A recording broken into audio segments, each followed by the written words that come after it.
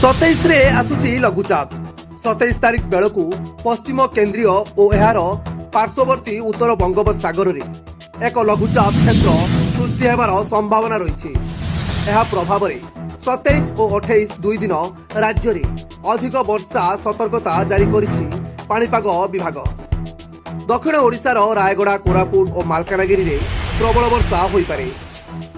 पाणीपाग विभागर सूचना अनुसार षोल मौसुमी एही लघुचाप सहायक हेब। आगामी 2 ରୁ 3 दिन मध्य दक्षिण पश्चिम मौसुमी वायु केरल उपकूल छुईब। एपरिक निर्धारित समय पूर्व मौसुमी ओडिशा छुई पारे बोली आकलन करिछि पाणीपाग विभाग। विभिन्न जिले में